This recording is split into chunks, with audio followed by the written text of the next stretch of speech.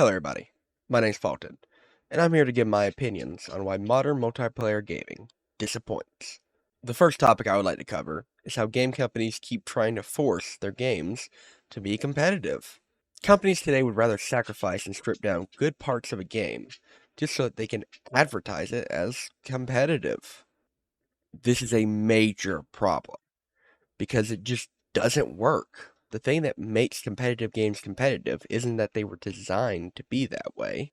A game is competitive because of the player base.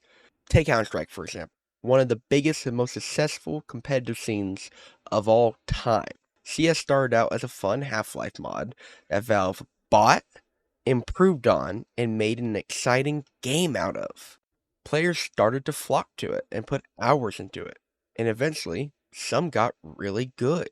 These players then wanted to go against other good players, so they started to organize LAN events, which led to the formation of teams. This enabled tournaments to start, which allowed teams to go against each other to determine who was the best. And with that, you now have a competitive circuit. Bravo! You notice something? The game wasn't designed for competitive, but because the players enjoyed it so much, they put the time and effort into playing the game, which led to a snowball effect that allowed the competitive scene to flourish. My point is that developers are designing their games backwards. You shouldn't try to make a competitive game. You should try to make a fun game that people want to play competitively. Another example is Smash Bros., a game literally designed to sell to children. Was Smash designed for competitive play?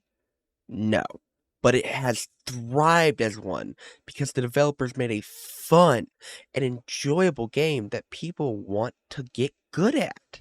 So when a company takes a game and tries to force it to be something it's not, that ruins the core fun and valuable parts of the game, and said game isn't going to be enjoyed. So why would anyone play it competitively if they don't enjoy it? Now, I'm not saying competitive games are bad.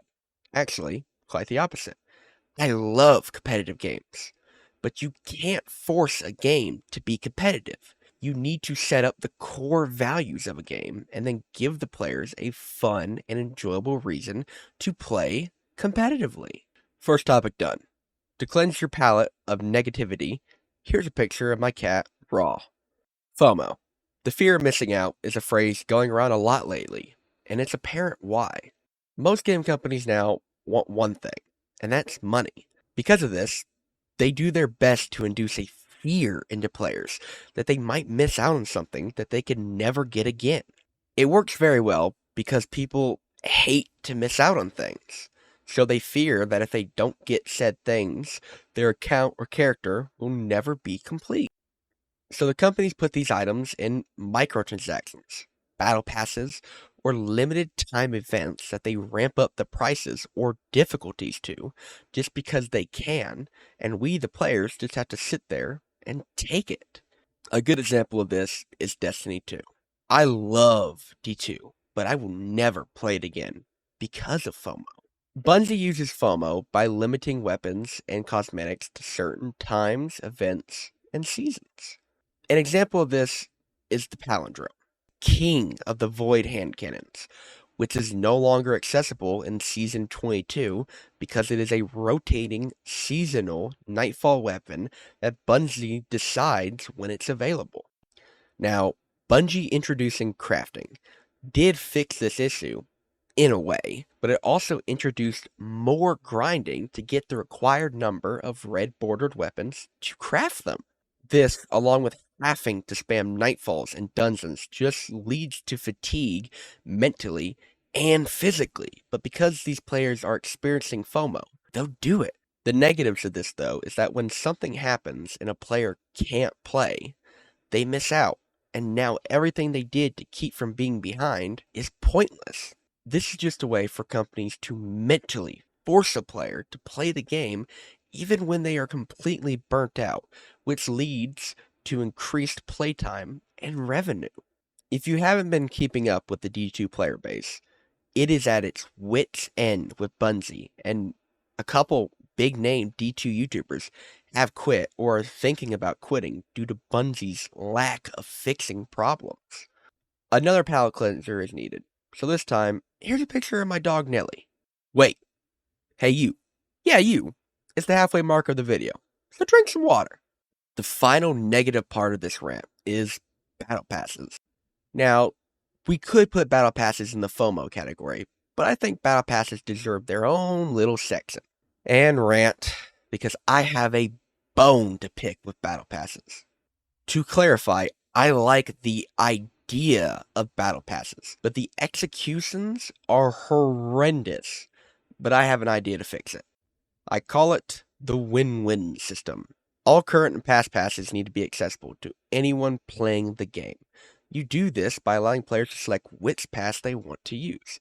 If you want Season 2, you go to Season 2, select it, and now you can level up the free parts. If you want the paid parts, you pay the $10 everyone else did when it was new. And Bob's your uncle, you now have that battle pass. This benefits both the players and the company, because the players don't have to be worried about FOMO, and the company makes money off of players who now want the battle passes or are new and didn't have the chance to get it before. Just like that, you eliminate FOMO from battle passes and you're making money. It's a win-win that companies either don't understand or won't do because they would rather have FOMO be a core part of their game.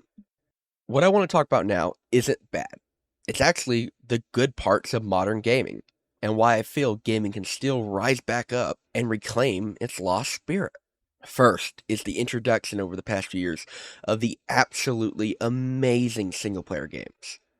Elden Ring, Baldur's Gate 3, and God of War Ragnarok, to name a few. Single-player games are back on the rise, and the reason why I believe lies in their name. Single player. You see, when companies want to make good single-player games, they are forced to focus on the gameplay and story to be successful. They can't introduce FOMO, battle passes, or competitive aspects without annexing their own player bases, along with having to make the majority, if not all of the game's revenue, off of sales and not microtransactions. How do you make players buy a single-player game? You make it good. This should be how multiplayer games are built, but they're not due to greed and incompetence of companies. My final point of all this is that we, the players, hold the power. Without us, companies could not survive. So we can't hope for change. We have to force the change. With that, I will have to say my time is done, and I hope you enjoyed this TED Talk. If you want to see more content like this in the future, please like, subscribe, and check out my Twitch channel at www.twitch.tv/faulted. That's a faulted with a 1 and an L. And if you have any views agreeing or opposing me, please put them down below. I would love to read them. Have a good night till we meet again.